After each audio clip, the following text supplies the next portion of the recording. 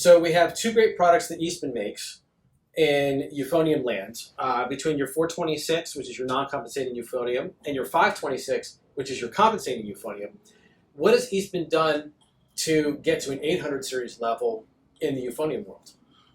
So I think we've been very lucky at Eastman that we've had a lot of input and excitement from artists. I think when it comes to tubas and euphoniums, they have been overlooked in the tuba euphonium world compared to trumpets and trombones and horns.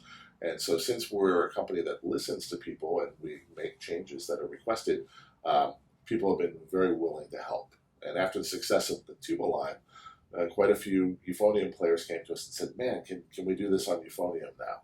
And so we did. We started, we looked at our 500 series, our 526, which plays as in tune as any euphonium as I've ever played. And it's a great instrument, beautiful sound.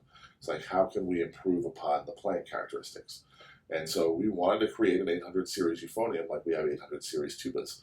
And so we started building them, and we did the treatments that we learned on the 800 series tubas and picked a couple of different designs so we had different options for euphonium players, not just one instrument.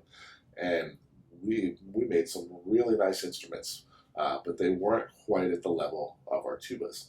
And before, when you had asked if our other companies have any contact with us or influence over what Eastman does, at that point in time we reached out to the team at Shires, and they took over the 800 series project, and they brought it across the finish line and ended up producing a couple of killer 800 series instruments, our 822 and our EEP 826. And then to kick things up a notch, they said, well, let's build a Shires Q series. And so we have our Shires Q40 and our Q41. And man, they, like you said, they've been really well received, and yeah, we're thrilled with how they turned out. So the difference between your Q40 and your Q41 is the size of the bell, correct? Yeah, so it's the size of the bell and the taper of the bell, a couple of other things, the material on receivers and lead pipes and whatnot.